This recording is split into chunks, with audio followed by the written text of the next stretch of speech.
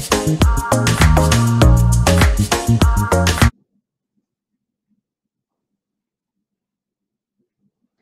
morning. Thank you for joining MEED's Future Energy and Decarbonization Summit.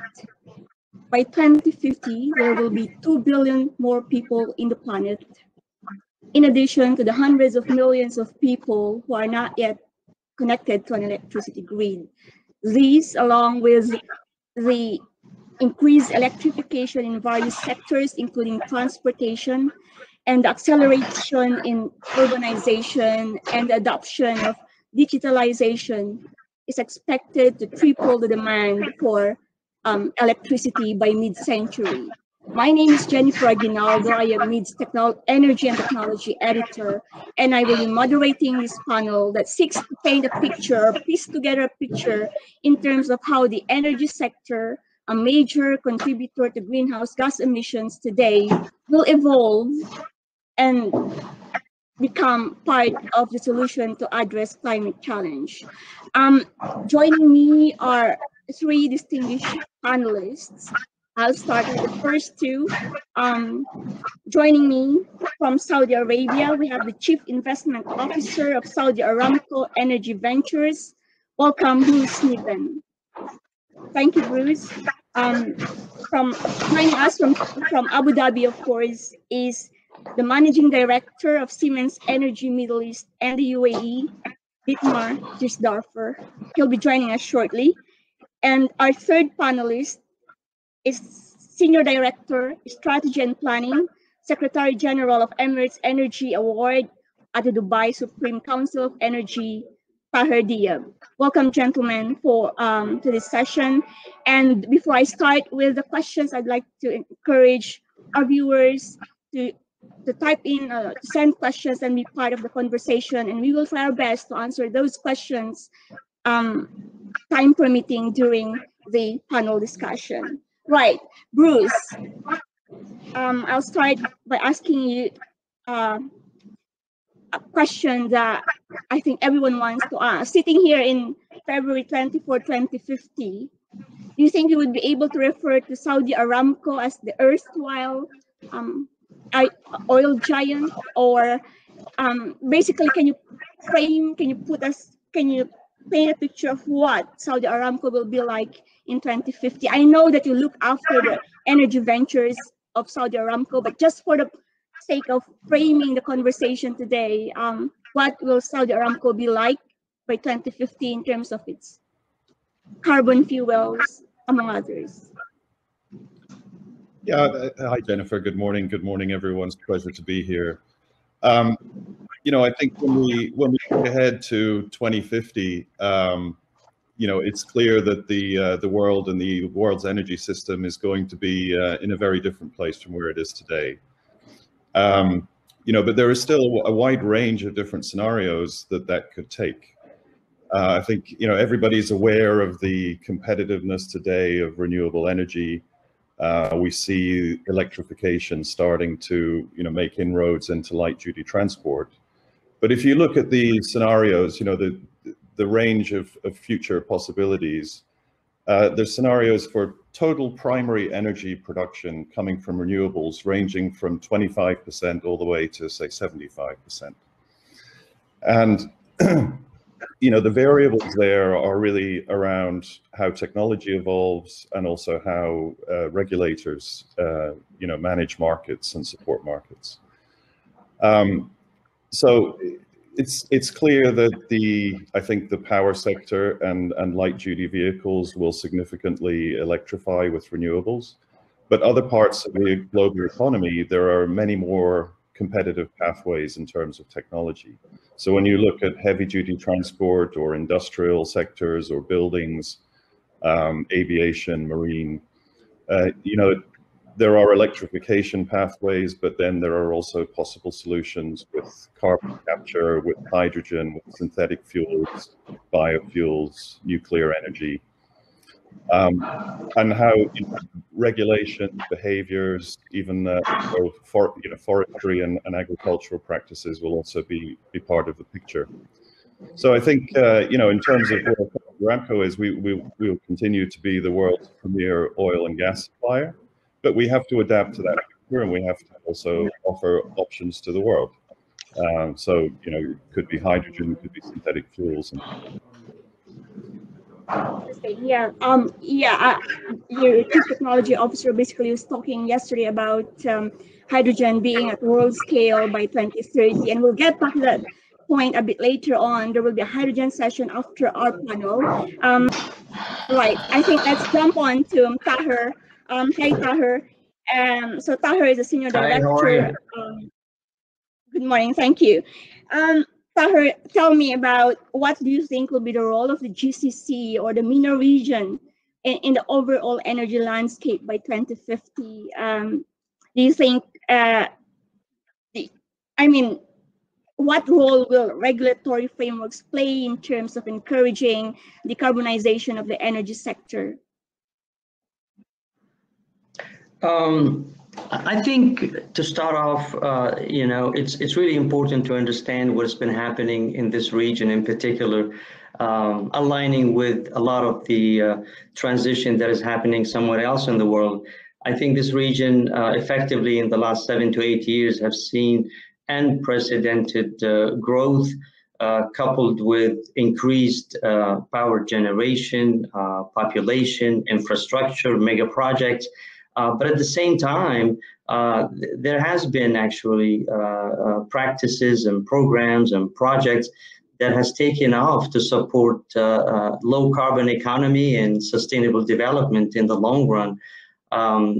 So it is almost becoming now a mandate to balance both, even though this region is known to be a hydrocarbon-based economy. There has been significant shifting and transition to balance, the hydrocarbon industry, but also bring in new sources of fuel.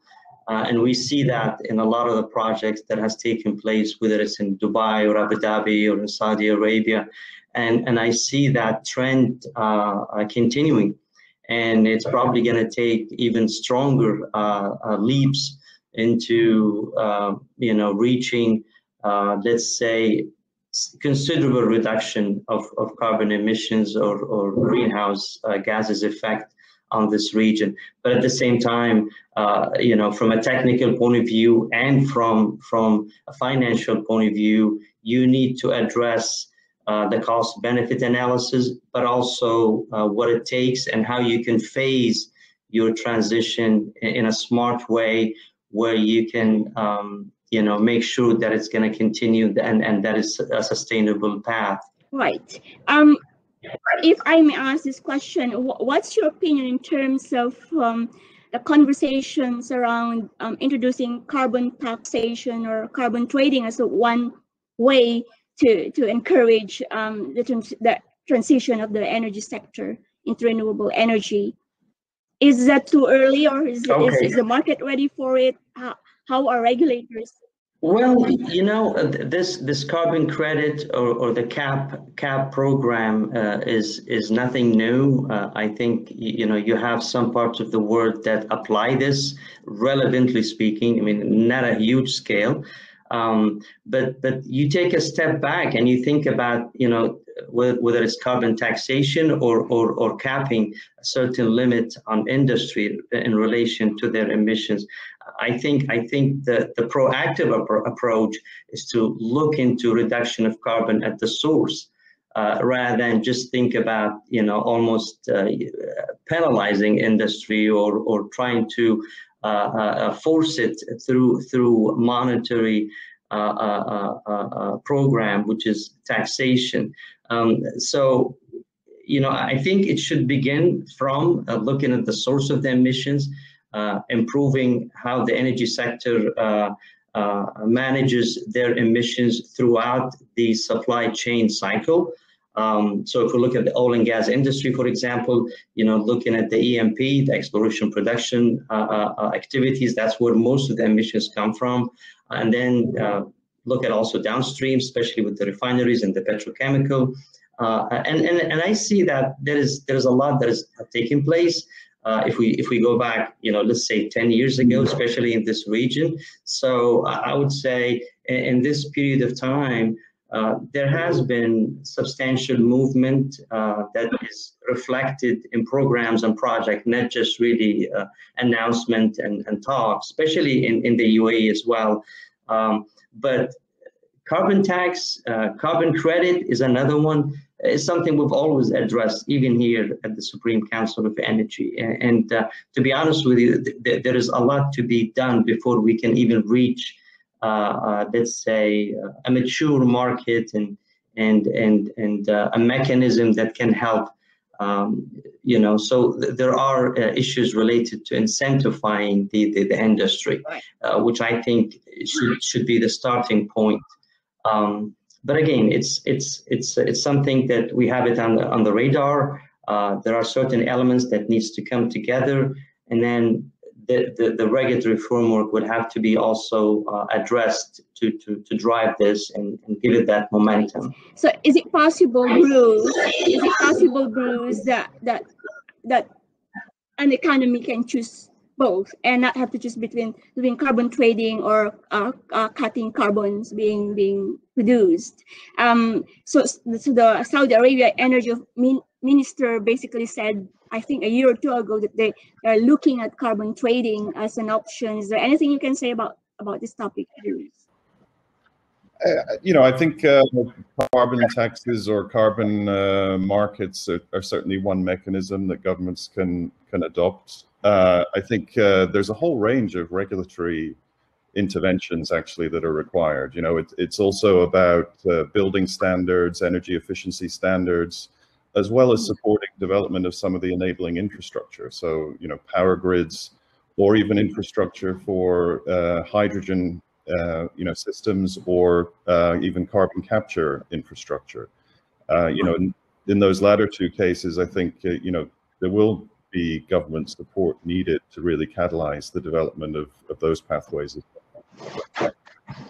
Thank you. Maybe I can just comment on your question about the positioning of this region. I think it's a very interesting question, and I actually think that this part of the world is in a very interesting position for the future energy system, because it's a region which is not only blessed with tremendous hydrocarbon resources, but it also has some of the world's best renewable energy resources, and that actually enables this region to transition over time from supplying hydrocarbons to supplying clean alternatives like hydrogen or like synthetic fuels. And we can transition from conventional hydrocarbons through what's termed blue hydrogen, for example, where you're producing hydrogen from gas but sequestering the CO2, and then ultimately, as technologies come down, that could transition to green hydrogen from electrolysis. So I think this region is actually well positioned, and in future as well, it can easily position itself as a destination for energy-intensive industries that want to have clean energy supply. Right. Exactly.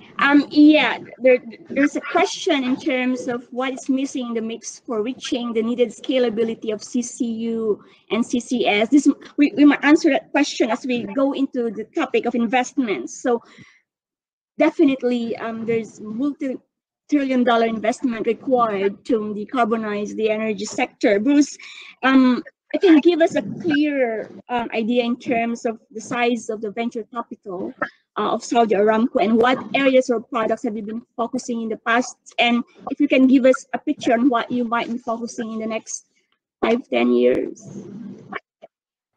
Yeah, I mean, Saudi Aramco has quite substantial venturing programs, and we have a number of different programs actually within the venturing group. So overall, the company has about $2 billion committed to its different venturing programs, and those are focused on energy technologies, on diversification opportunities, as well as on regional economic development in MENA.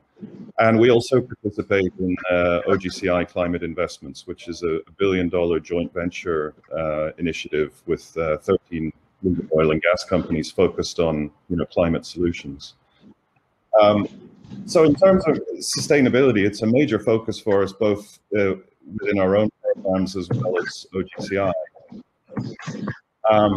OGCI is very much focused on carbon capture and storage and bringing that technology to maturity, as well as addressing methane emissions in the supply chain, which is an important greenhouse gas.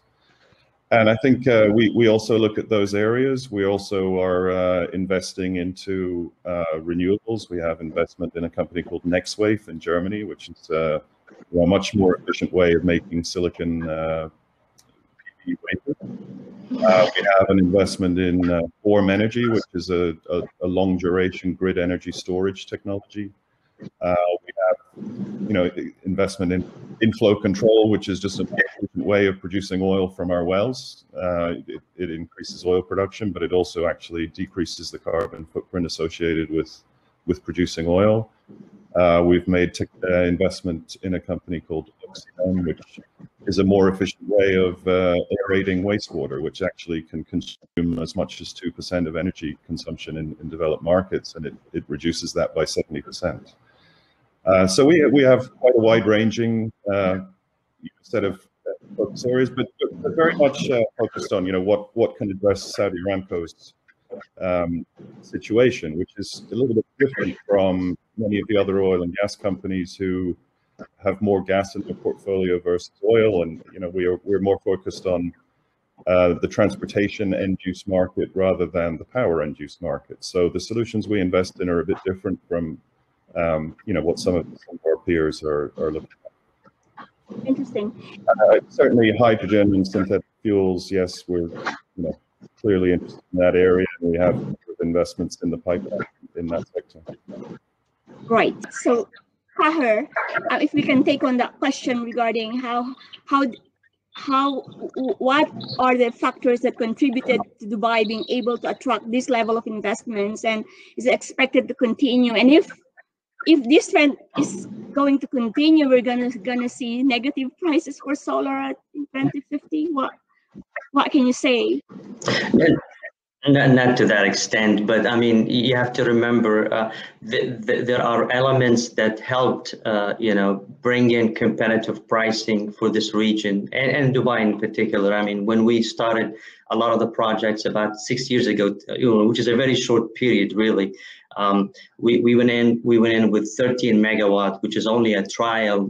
We call it like a trial project. We want to take that first step, and we actually did a great job here by kind of waiting and seeing what the market is going to be doing, because even from 2013 and 14 jump to 15, there was already a reduction. So went in with 200 next, and then after the 200, even when we announced the next 200, we received offer during the tendering process that if you increase the installed capacity that you requested for, instead of 200, for example, 700, then we can also talk about a lower cost or the levelized cost for each kilowatt hour that the IPP will be producing. So I think also it relates to opening the market by bringing the private investors and shifting from the EPC type of contracts to a PPP model, the private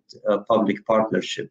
But with that, you needed to make sure that there are certain elements, especially the regulatory framework, that will protect the interest of the private investors. So we had, to just demonstrate when Dubai started floating some of the tenders, especially on the third round and fourth and fifth, we start seeing basically the whole globe. We start seeing the Spanish, the American, the Chinese, the Canadian companies come into and bid. Now that bidding became almost like a bidding war, in my opinion. So that was an advantage for Dubai, because we were seeking capacity which was relatively high. When you talk about 400, 500, 600. This is not the same as 50 and 100. So, you know, there has been an attractive proposition for these companies, which basically developed a consortium. So when we see the bid comes in from a consortium that is represented by, you know, a project developer, financial banking, which is for the funding, bring in also the technology and the solar panel manufacturer all together. That is actually a unique commitment. It wasn't just, you know, a supplier of solar that was bidding with a consultancy firm. It was more like 4 or 5 or 6 entities that were together.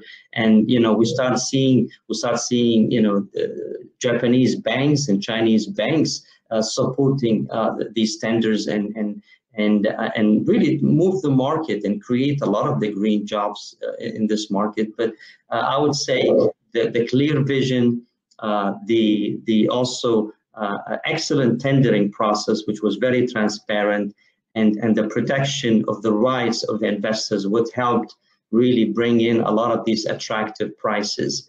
And they continue to happen as we speak of, not only on the PV part, but we even seen it on the CSP, where it used to be around, you know, 12 and 15 cents per kilowatt hour. We start seeing actually 7 in this region. So with that comes also the storage. We even went to and start venturing now into the storage. So with the CSP project, there is actually a molten salt technology that will be used with a tower to provide thermal storage, where we could use it during the off-peak, you know, which is after sunset.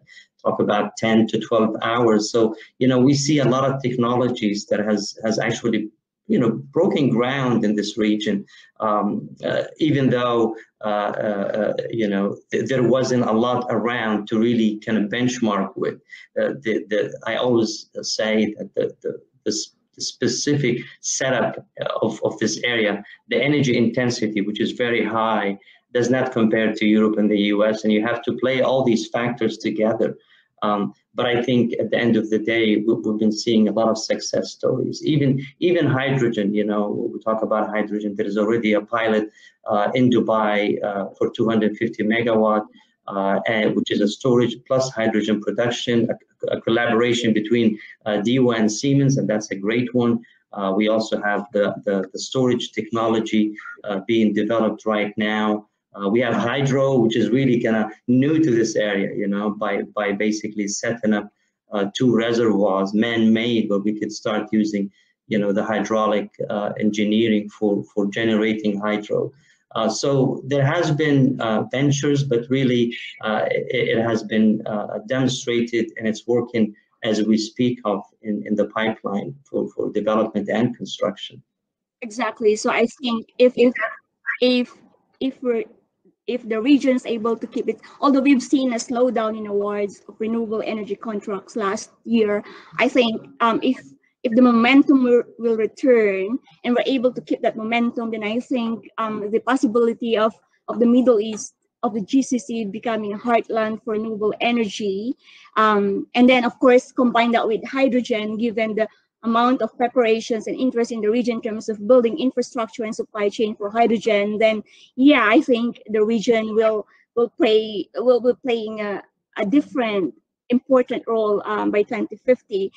Bruce, there is a question from the audience. I'm not sure if you're keen to address that, but I'm gonna ask it anyway. From Rebecca, what is missing in the mix for reaching the needed scalability of CCU and carbon capture and sequestration? This is something you can address today. Oh, it's a good question, actually, and it's really at the heart of what the OGCI initiative is trying to address. It's a combination of, you know, technology and scaling and regulatory environments, right? So I think the promise for CCUS is in the production of you know, blue fuels, if you like, but also in decarbonizing industrial clusters. So the most economic way is when you can scale the thing, you have carbon capture infrastructure around areas where you have multiple different emitter sources, whether it's power or heavy industry. I think it's an interesting conversation to be had, because we've been talking about CCU for a number of years, but it has not really taken off as it's expected.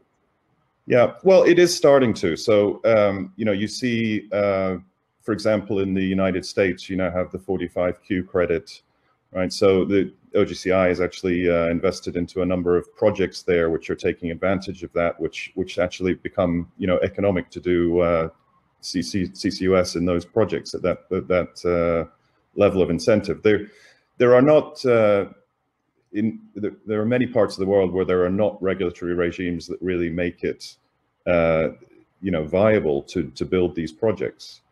And then on the technology side, there is conventional, amine separation technologies.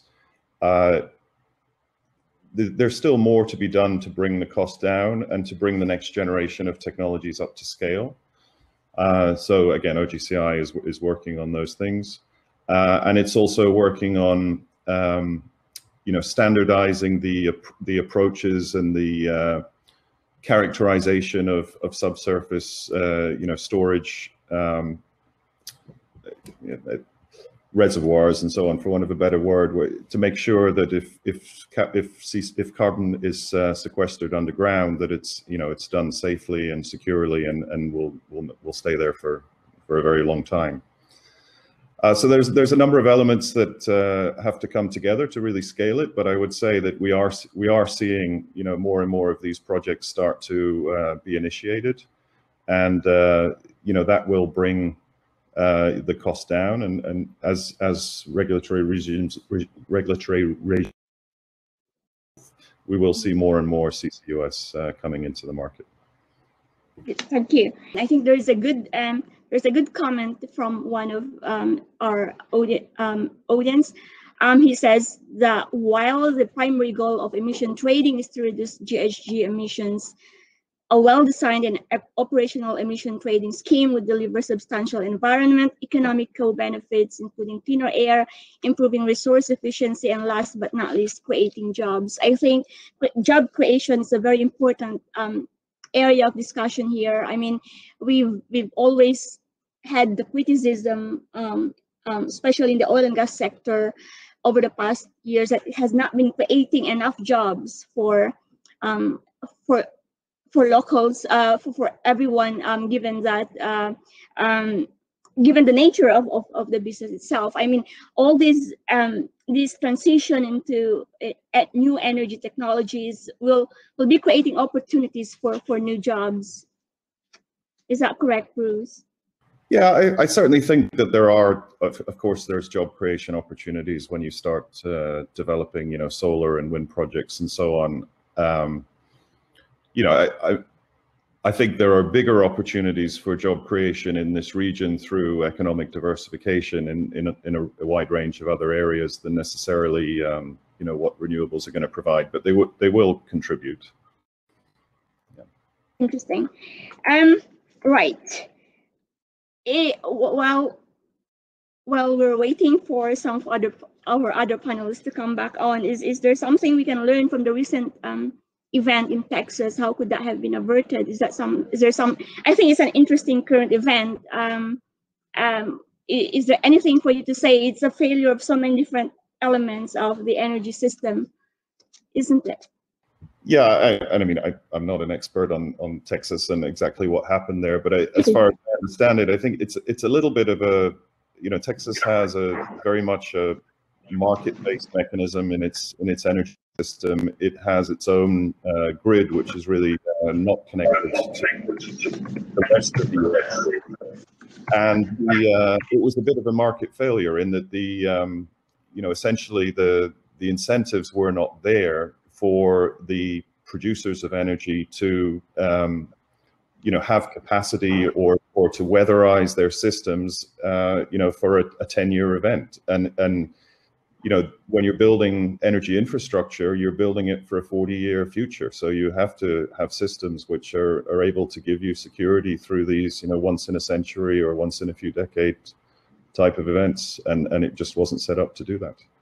And if you had you know, grid connections, interconnections, you know, that gives you an additional layer of security, as well as allowing you to actually put a lot more renewables onto the grid. Right, thanks, Bruce. Right, we go to Taher now. Sorry, we lost you for a bit there. There will be a panel dedicated to hydrogen following our panel discussion, but what regulatory initiatives are required in order to allow hydrogen to take off in the region?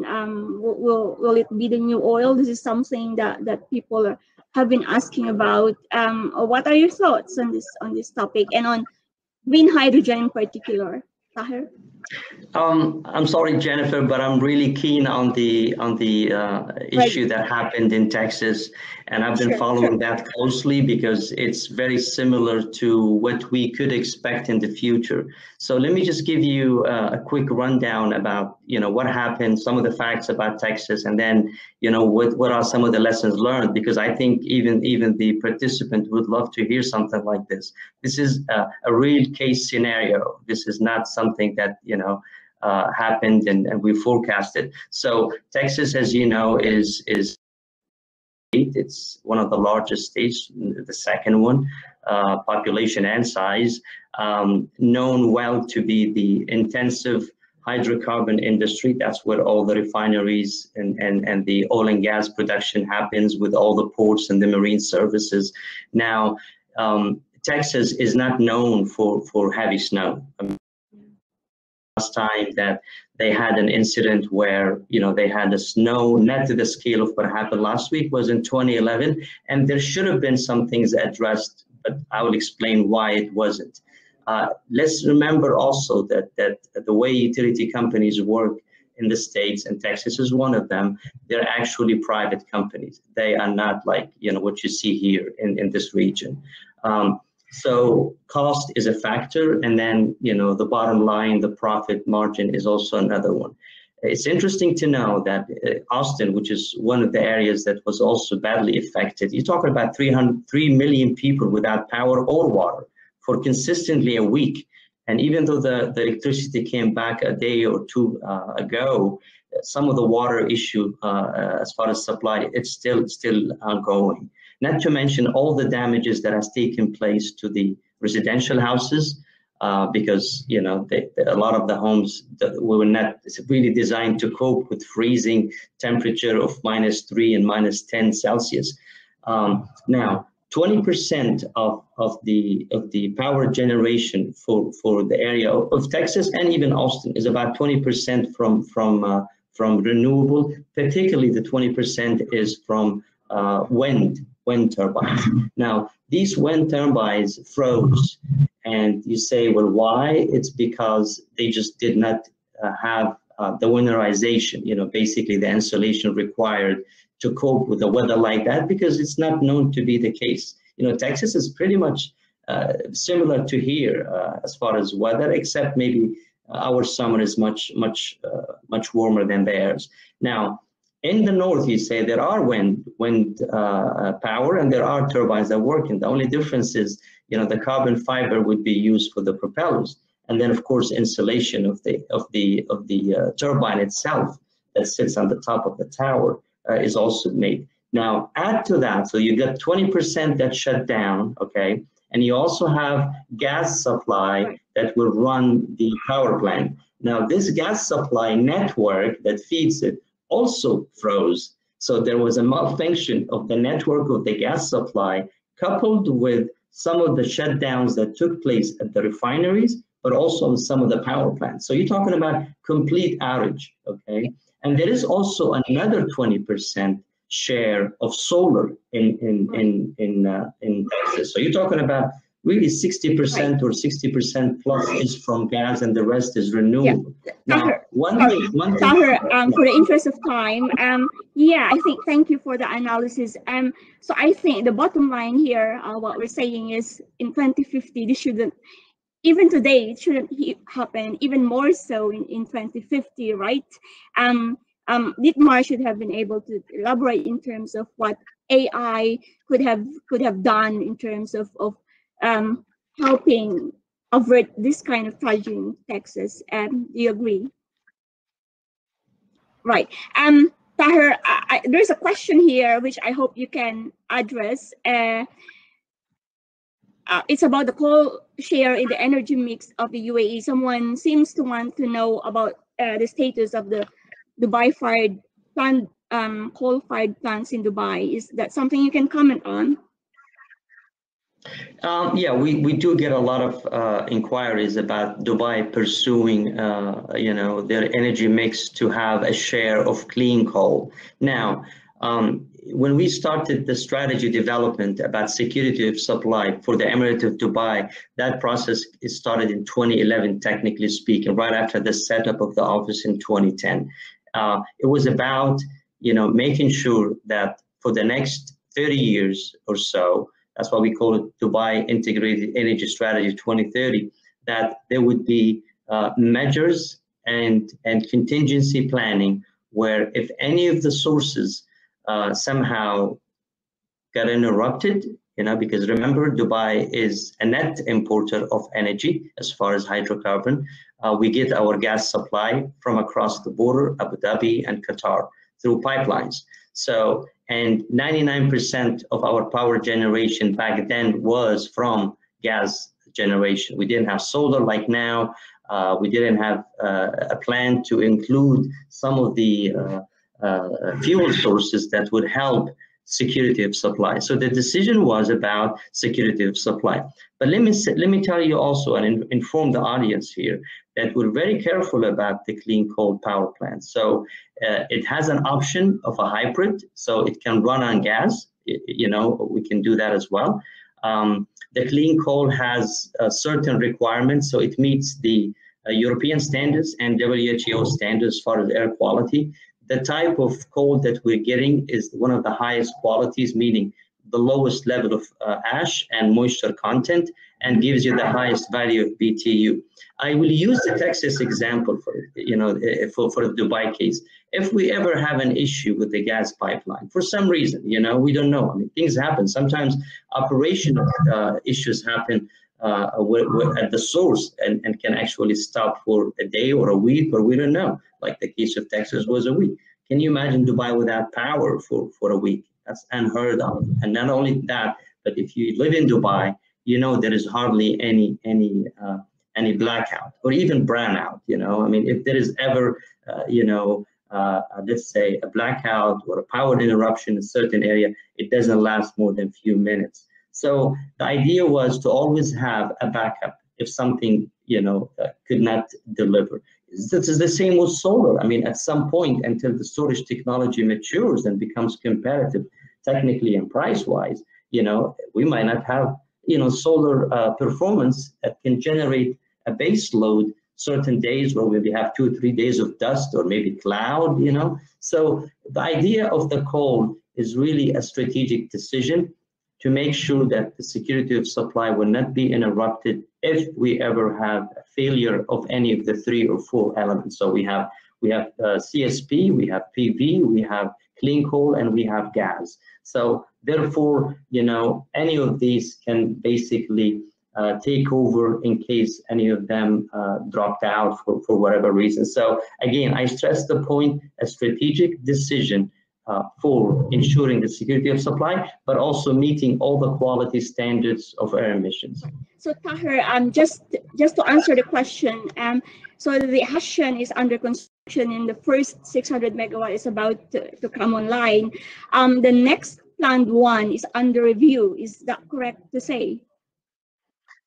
Well, one of the interesting things that we have done is any utility-based project in Dubai, ever since from 2014, follows the IPP, the independent power producer, right? So we bring in the private ventures and, share the investments, share the technology, share the risks, but also, transfer knowledge to our local talent here. So it means we are committed.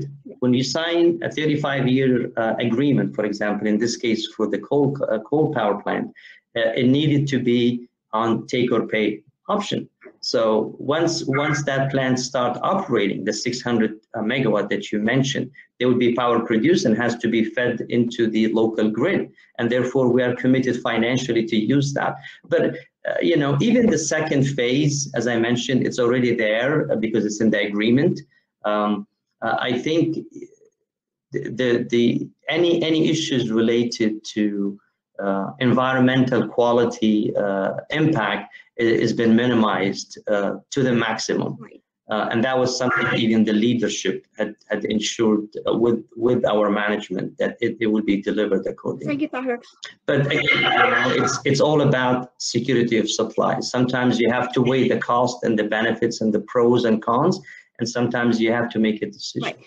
Thank you. Thanks, Taher. We will get back. There's a strong interest in terms of your explanation and analysis of the Texas event, but we will get back to that in a few minutes. Meanwhile, can I bring in Bruce for a minute? There's a question about, are you able to give us an insight about Aramco's ambition with regards to transport, electrification, and decarbonization? Is that something you can comment on in this venue?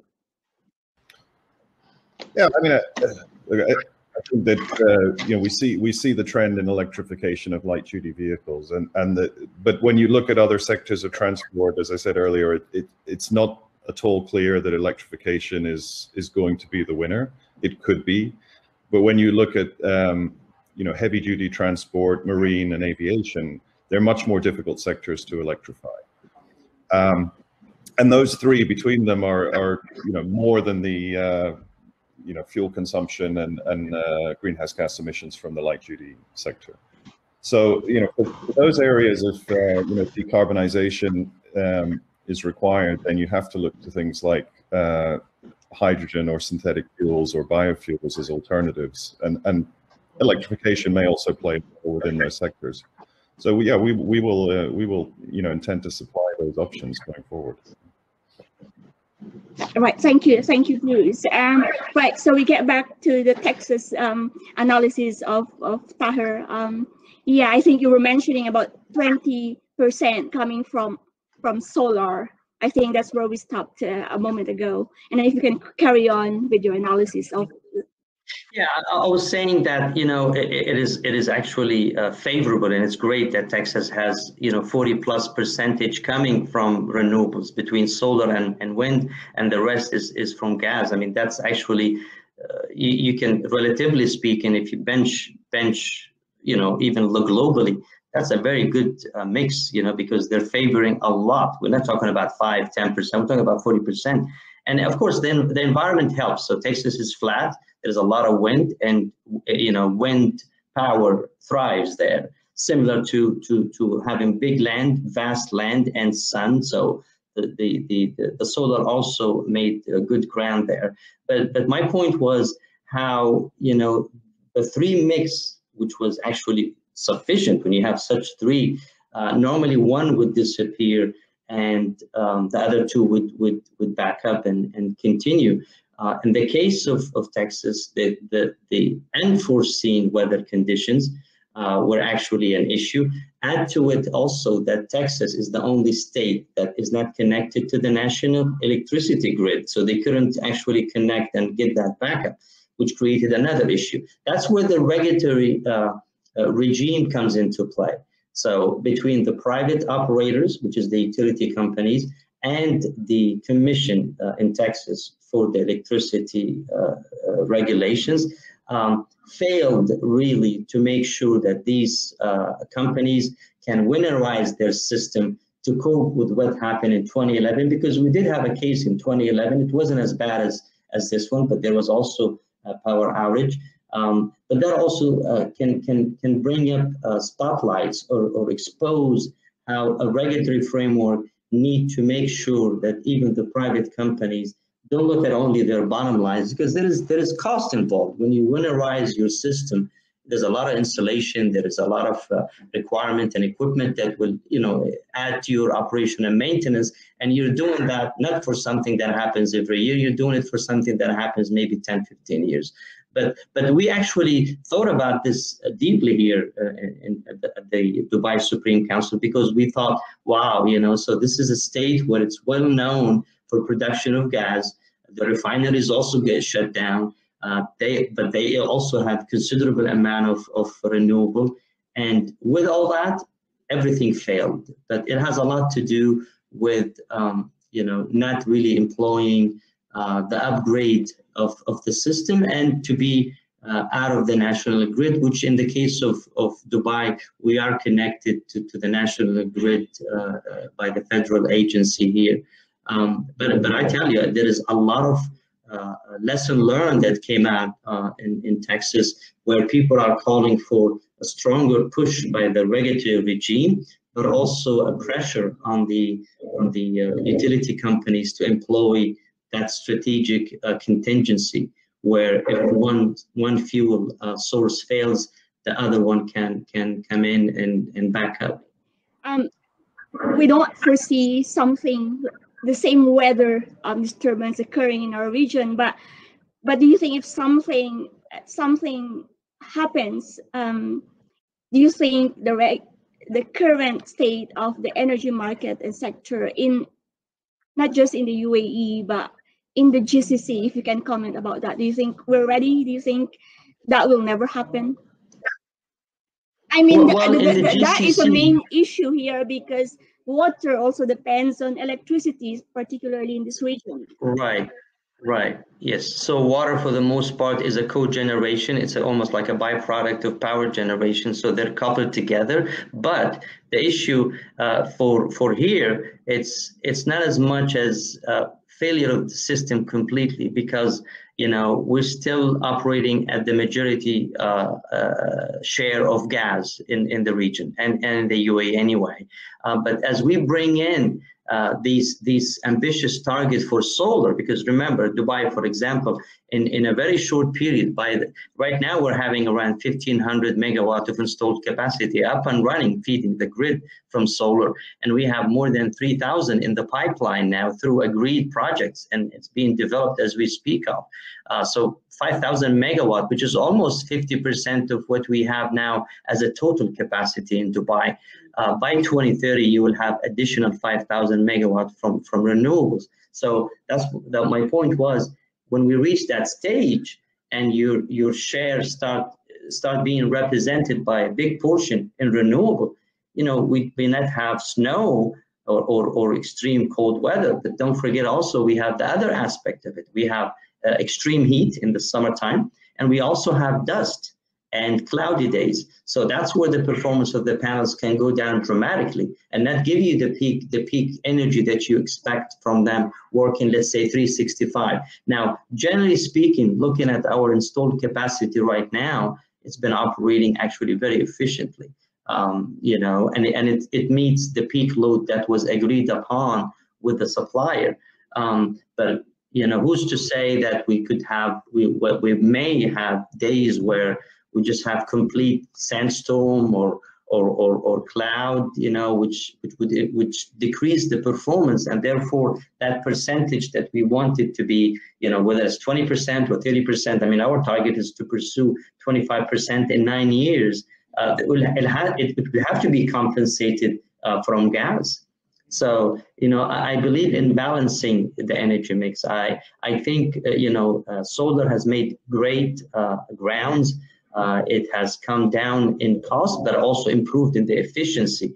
But, solar panel that operates in the Gulf is a different way of performance if you compare it to work in Germany or in San Francisco or in other areas where they don't have, extreme weather conditions. Because even though we are considered to have the power of the sun in this region, but also solar panels do not like to operate, normally over than 38 or 40 degrees Celsius.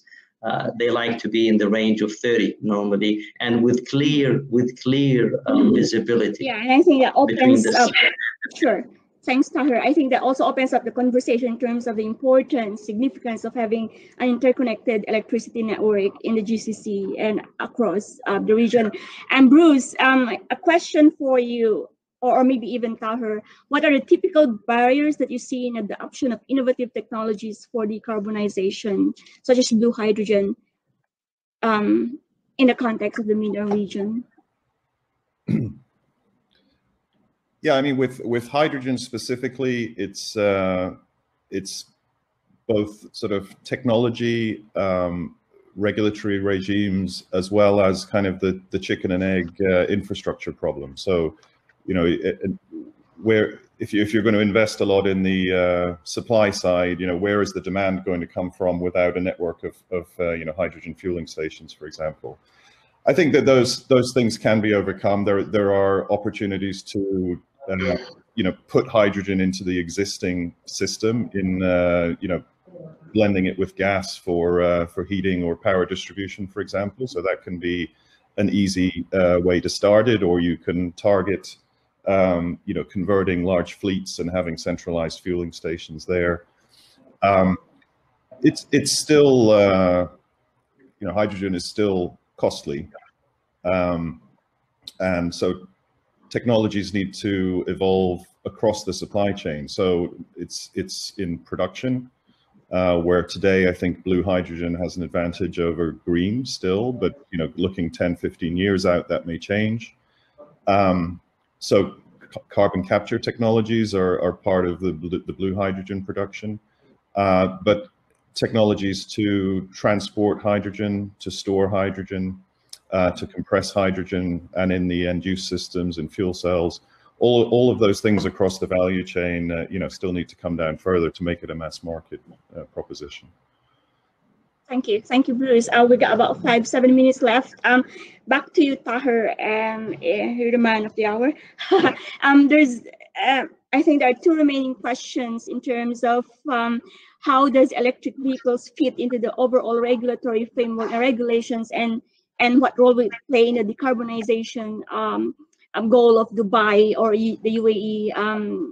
And then finally, I think I missed to ask about the end of subsidies regime. Is this something that would, some people argue that this is the most important piece of decarbonizing the energy sector?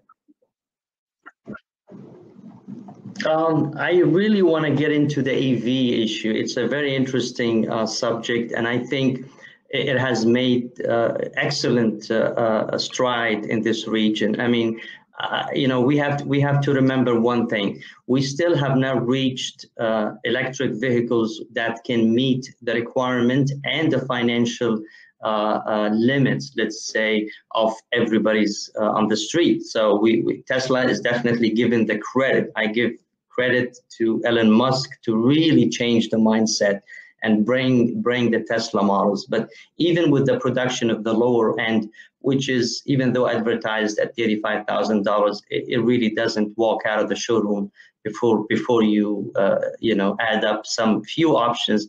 It's more like $60,000 and above. So we don't have enough models yet. We need to have models that can meet the taste and the budget of everybody, and that is something that is happening now. We've heard of great announcements, and actually even, you know, some of the prototypes that have been developed. So we've seen the BMWs, we've seen the Mercedes, we've seen the Audis getting to it. We've seen also the Toyota and more, because that is the trend. The trend is to move into larger share of electric vehicles and plug-in hybrid, because plug-in hybrid is also an excellent option. You're basically running 75% on electricity, and then when you have that problem of running out of charge, 25% can run on gasoline, which is your backup engine. So plug-in hybrid for me is definitely more suitable right now, and there are models available in the market.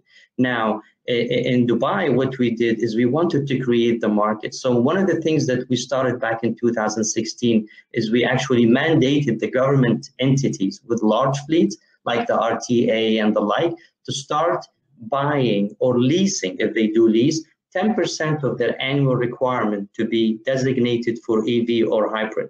Okay, and we did have issues because there wasn't a lot of options. I mean, you know, Tesla is not a service oriented type of vehicle, you know, like the pickup trucks and some of the sedans that you see on the street. But I can tell you that RTA has done very well. You know, they contribute to the largest portion of the EVs and hybrid in Dubai.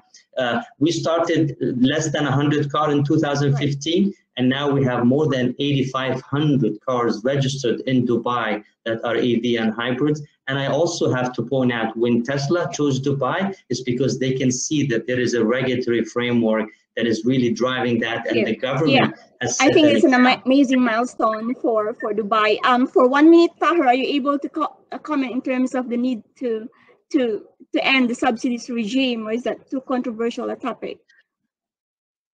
You know, we talked about how Dubai was successful. This is the answer. How Dubai was successful in guaranteeing foreign investors with banks that doesn't even follow the central bank rules here in Dubai or the UAE to bid on these projects is because Dubai has moved away from subsidy back in 2011. It used to be around 85% paid by the consumer and 15% by the government. We moved away from that. So there is a guarantee that every kilowatt hour that is going to be sold to Diab, which passed on to the consumer, is going to be paid for, and that's why we've seen that in the region. Abu Dhabi has moved away dramatically. They have very small subsidy. Saudi Arabia started this effectively a couple of years ago too. So I think that's the way to go. The killer of energy efficiency is the subsidy. Right. Thank you. Bruce, the last question is for you. What are we going to do with all the carbon that we are going to capture? What's the application for this carbon?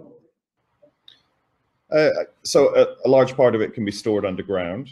You know, we actually believe in this region we have ample resources to store large quantities of CO2 subsurface.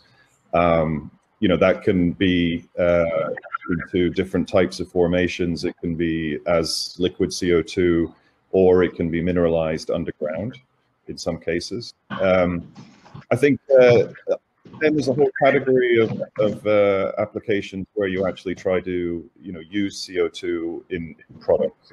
And to me, the most interesting one is a construction material, because it's high volume and it's ubiquitous. And you know, so turning CO2 into aggregates or that kind of thing is one pathway. We've also actually invested in a company that converts CO2 into you know, certain types of chemicals. It can be recycled into liquid fuels with renewable energy as well, so it can be, you know, reused. So there are a few pathways for utilization, but I think that underground storage will probably end up being the largest part where it goes. Thank you, Bruce. Well, it's been a wonderful 1 hour of interesting insights from you both. Thank you so much for joining us, and thank you for the audience for having sent in very, very excellent questions.